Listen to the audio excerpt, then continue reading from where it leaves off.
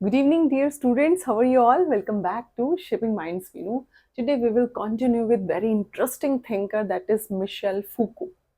Michel Foucault जो थे बहुत ही इंटरेस्टिंग थिंकर हैं, फ्रेंच थिंकर हैं वो।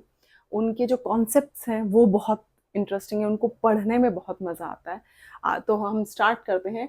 उनका born date and died date देख लेते हैं। Born 15 October 1926 and died on 25 June 1984। Let's start. एक फ्रेंच थिंकर हैं, influenced by Gilles, Deleuze, Immanuel Kant and Sigmund Freud. इनसे वो ज्यादा इंस्पायर्ड थे और कुछ कॉन्सेप्ट्स उन्होंने वहां से लिए। पोस्ट स्ट्रक्चरलिस्ट और पोस्ट मॉडर्न थिंकर थे ये। नेक्स्ट उनका जो कॉन्सेप्ट है that is very interesting, biopolitics and body politics. What is this? Biopolitics होता है पूरी सोसाइटी में किस तरह का पॉलिटिक्स हो रहा है, किन चीज़ों पे चर्चा चल रही है, किन चीज़ों पे डिस्कशन हो रहा है। मीन्स अगर हम पूरी सोसाइटी की बात करें दैट इज मैक्रो ना, तो उसको बोलते हैं biopolitics. But what is body politics? Body से ही आपको पता चल रहा होगा, आपकी खुद की बॉडी की बात हो रही है। फॉर एग्जाम्पल, मैं अपने दिमाग में क्या चीज़ सोचती हूँ, मैं किन चीज़ों से अफेक्ट हो जाती हूँ। मान लीजिए मुझे किसी ने कुछ कहा और मैं किन चीज़ों से अफेक्ट हो जाती हूँ, फिर मैं अपने आप को कैसे हैंडल करती हूँ, तो ये चीज़ें मेरे ही दिमाग में चलती रहती हैं। मैं अपने एंगर इश्यूज़ को कैसे कंट्रोल करती हूँ, क्या चीज़ें हैं जो मुझे सडनली हाइपर कर देती हैं। तो ये क्या है? ये मेरी बॉडी की ही पॉलिटिक्स है। कब मैं खुश हूँ, कब मैं दुखी हूँ, किन चीज़ों ने मुझे अफेक्ट किया, मुझे कैसे अपने एंगर को कंट्रोल करना चाहिए था, मुझे कहाँ पे ज़्यादा बात शेयर करनी चाहिए थी, नहीं करनी चाहिए थी। That is body politics. यानी जो आपके ही दिमाग में आपस में आपका मन बातें करता रहता है आपके दिमाग से, that is body politics. Next is types of power की बात करते हैं मिशेल फूको।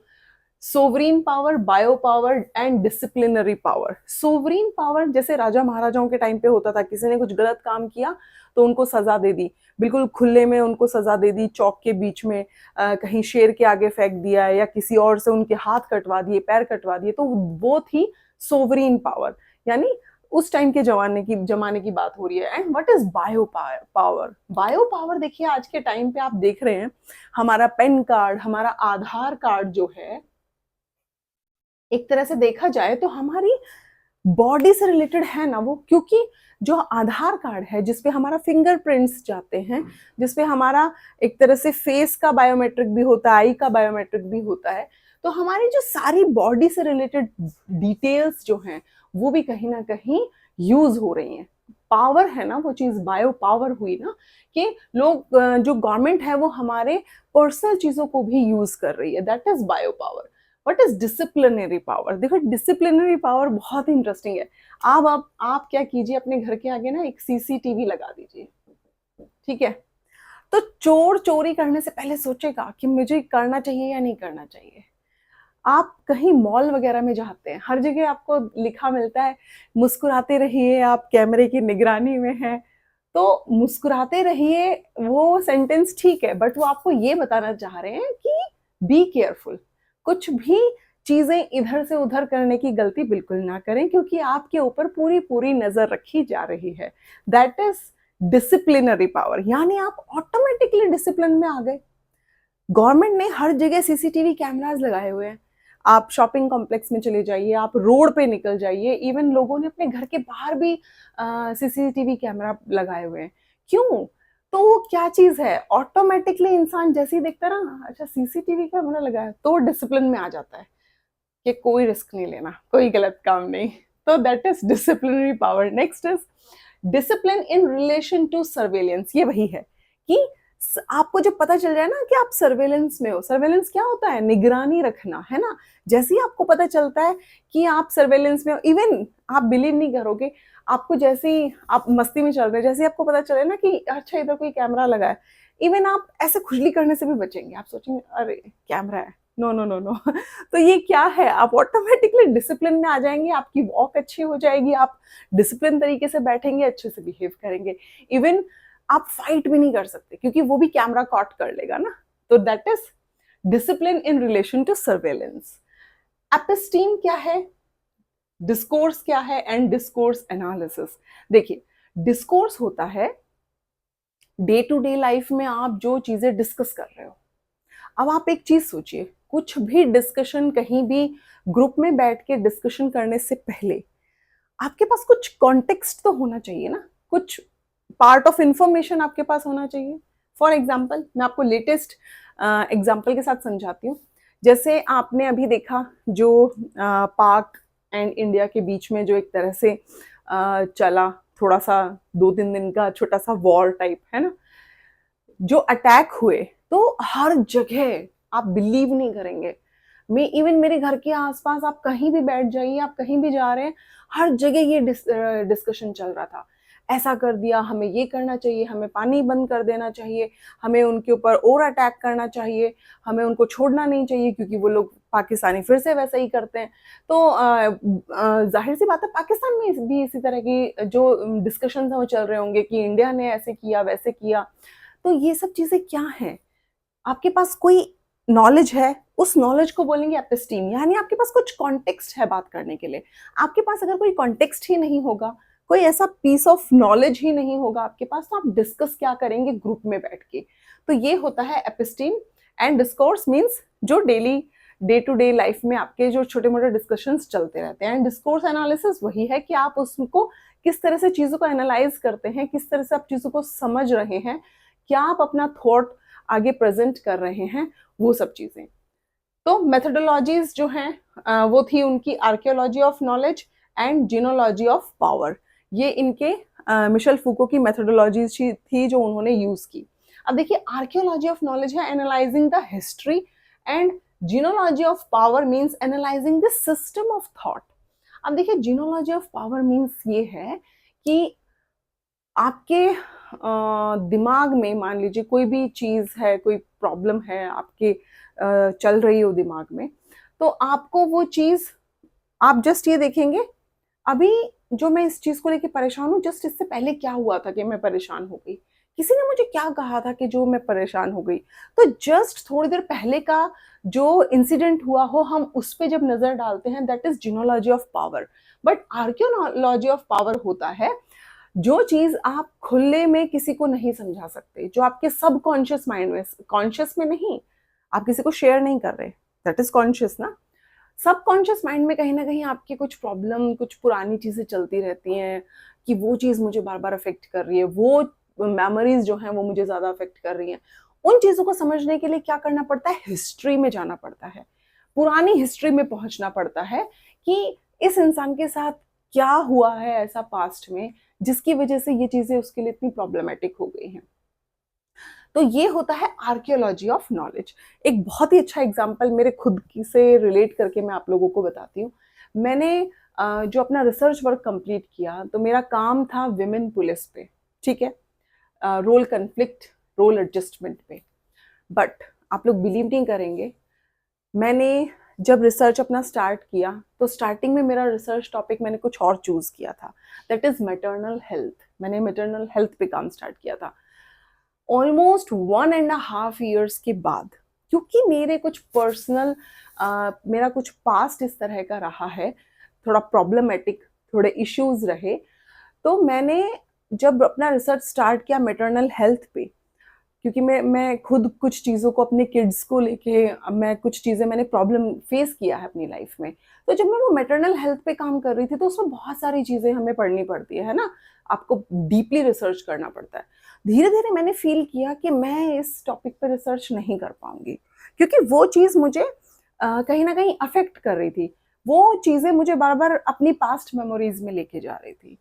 तो मैंने क्या किया, फाइनली मैंने डिसाइड किया 1.5 years के बाद, मैंने अपने गाइड से ये शेयर किया कि प्लीज़ मुझे ये टॉपिक पे काम नहीं करना है, मैं बहुत उससे मेंटल स्ट्रेस में आ जाती हूँ, कुछ चीज़ें हैं जो मुझे अफेक्ट करती रहती हैं कॉन्टिन्यूसली, तो मैं अपने टॉपिक को स्विच करूँगी, मुझे इस पे काम नहीं करना। फिर मैंने अपना टॉपिक चूज़ किया विमेन एम्पावरमेंट, विमेन पुलिस के ऊपर मैंने काम किया। तो ये क्या था? आर्कियोलॉजी ऑफ नॉलेज था कि मैं उस टाइम जो काम कर रही हूँ, मैं उसको फुल फोकस के साथ नहीं कर पा रही, क्योंकि मेरी पास्ट की कुछ मेमोरीज इतनी स्ट्रांग हैं, कुछ एक्सपीरियंसेस इतने अजीब हैं, वर्स हैं, जिनको मैं, जिसकी वजह से मैं अफेक्ट हो जाती हूँ प्रेजेंट टाइम में भी। जो चीज़ें मुझे मेंटल स्ट्रेस देती हैं एक तरह से, तो वो होता है कि आप हिस्ट्री पता करें कि क्या ऐसा पास्ट में रहा है जिसकी वजह से अभी प्रॉब्लम हो रही है। That is archaeology of knowledge. I hope आप लोगों को बहुत अच्छे से समझ में आई होगी ये चीज़, क्योंकि मैंने आपको बिल्कुल मेरी लाइफ का जो मैंने जी है चीज़ें वो आपको एक्सप्लेन किया है, उसका एग्जाम्पल देखिए। Next is theory of governmentality. Theory of governmentality क्या है कि गवर्नमेंट जो है किस तरह से चीजों को हैंडल करेगी, किस तरह से चीज सोसाइटी को रन करेगी, क्या रूल्स लेके आएंगी कि सोसाइटी स्मूथली रन करे। That is theory of governmentality.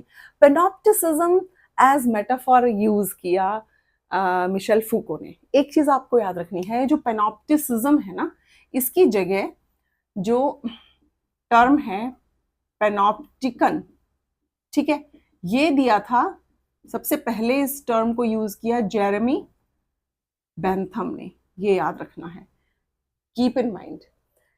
पेनॉप्टिसिज्म को एज अ मेटाफर यूज किया था मिशेल फूको ने, लेकिन ये जो टर्म है अगर एग्जाम में पूछा गया कि पेनॉप्टिकन जो टर्म है वो सबसे पहले किसने यूज की, तो आंसर है जेरेमी बेंथम। ठीक है, अब देखते हैं पेनॉप्टिसिज्म है क्या। पेनॉप्टिसिज्म है, जैसे जो जेरेमी बेंथम है उन्होंने एक्सप्लेन किया था कि एक बीच में एक ऐसे पोल टाइप होता है, ठीक है, एक इस तरह से, ठीक है, इसके टॉप पे एक पूरा वो बना होता है, जैसे कोई एक वहां पे गार्ड वगैरह बैठ जाएगा, एंड चारों तरफ क्या होती है, जेल। ये एक जेल का कॉन्सेप्ट था कि बीच में एक काफी बड़ा पोल जिसके ऊपर बैठने का पूरा सिस्टम है, सीसीटीवी कैमराज है, एवरीथिंग है, वहां पे 2-3 गार्ड बैठेंगे, एंड चारों तरफ है जेल, प्रिजन।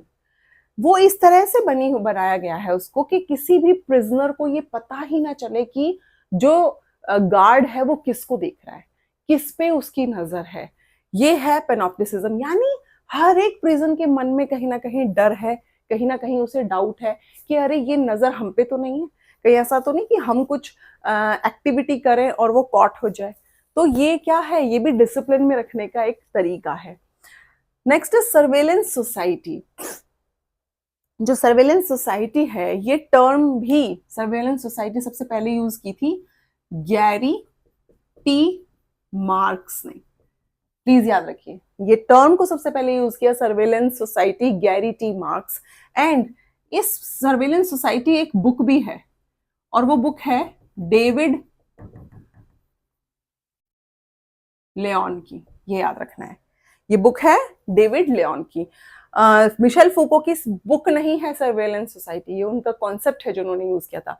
सर्वेलेंस सोसाइटी वही है कि हम एक सर्वेलेंस सोसाइटी में ही रह रहे हैं। घर से बाहर निकलो तो किसी के घर के बाहर कैमरा, गली में निकलो तो गली में कैमरा, शॉपिंग करने जाओ तो वहां पे कैमरा, पार्किंग में गाड़ी पार्क करने जाओ तो वहां पे कैमरा, कहीं ऐसा ना हो आप चुपके से किसी गाड़ी को ठोक दें और फिर निकल लें वहां से, तो वो चीजें भी कॉट हो जाएंगी। तो ये क्या है, हम हर वक्त सर्वेलेंस में हैं, आपके पास चांस ही नहीं है कि आप कुछ गलत चीज करें और आप पकड़े ना जाएं। तो ये क्या है, सर्वेलेंस सोसाइटी में हम जी रहे हैं कि आपको डिसिप्लिन में रहना ही पड़ेगा, आपको कोई आजादी नहीं है। Next is the carceral. Carceral, carceral क्या है, कार्सल मींस जेल, जेल की बात हो रही है। एक तरह से हम जेल में ही तो रह रहे हैं ना, क्योंकि हर वक्त हमारे ऊपर नजर है। The carceral, he didn't favour hierarchy of knowledge. उन्होंने जो हायरार्की ऑफ नॉलेज है उसको फेवर नहीं किया था, ये टर्म याद रखनी है। He didn't favour hierarchy, hierarchisation of knowledge. Heterotopia क्या है, व्हाट इज हेटेरोटोपिया? देखिए, अभी आप आप अपने घर पे बैठे हैं, आपको कुछ बाहर का खाने का मन है, आपने ऑर्डर किया, घर पे आपके खाना आया, आप जैसे मर्जी बैठ के खाना खाएं। आप बेड पे बैठे हैं, बीच में उठ के जा रहे हैं, आपने कैसे भी आउटफिट कैरी किया हुआ है, डजेंट मैटर। लेकिन क्या जब आपको बाहर जाके कहीं पे खाना खाना है, आप आउटिंग के लिए जा रहे हैं, तो आप वैसे नहीं जाएंगे, आप बहुत ही मैनर्स के साथ चेयर टेबल पे बैठे रहेंगे, चुपचाप अपने ऑर्डर का वेट करेंगे। तो ये सब चीजें क्या है, हेटेरोटोपिया, यानी हर एक स्पेस का ना एक अलग अलग वहां पे रहने का, वहां बैठने का, उठने का, चीजों को करने का रूल होता है। अभी जो प्रिजनर्स होते हैं प्रिजन में, उनका एक अलग रूल है, उनकी लाइफ बिल्कुल अलग है। हेटेरोटोपिया होता है एकदम से हट के कुछ चीजें।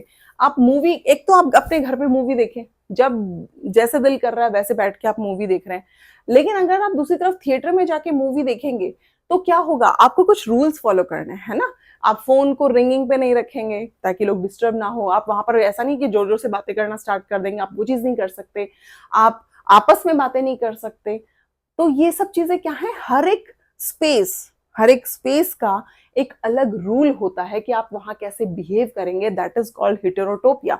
Next is medical gaze. What is medical gaze? Gaze means किसी एक तरह से झांकना या देखना, ठीक है।